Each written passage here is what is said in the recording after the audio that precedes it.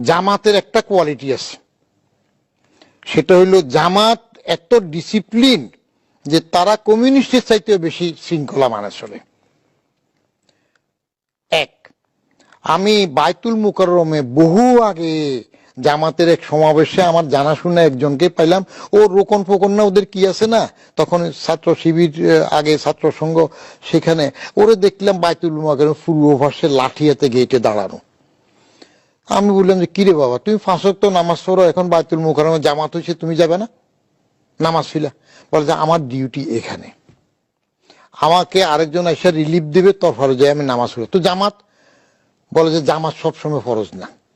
আমি এটা কি বললাম? বলে যে মক্কা শরীফে যখন জামাত হয় তখন যারা নিরাপত্তার দায়িত্বে থাকে, এদের পুলিশ টুলিশ, এরা কি নামাজ পড়ে নাকি? জামাত কি সবসময় ফরজ? ওই নিরাপত্তা রাখি অন্যকে নামাজ পড়তে দেয়া, সেটাও একটা ফরজ।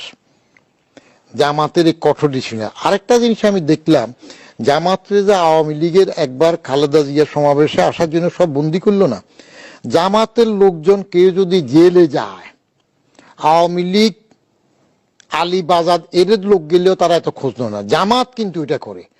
বরং আমি এক জামাত কর্মী জেল ছিল তখন 2.5 মাস 3 মাস, তার মাকে জিজ্ঞেস করলাম তোমার উপার্জন কম, ছেলে জেলে পড়ে আছে, চলতেছ কিভাবে? এটা চমৎকার জবাব দিছে। বলে যে আমার ছেলেটা আরো 6 মাস জেলে থাকুক, 1 বছর থাকুক, আমি খুশি থাকবো। কারণ কি? বলে যে ছেলে উপার্জন করলে যা খেতাম যা পেতাম, এখন তো তার থেকে বেশি সুযোগ সুবিধা পাচ্ছি। সবকিছু তারা তার জন্য পাঠাইতো।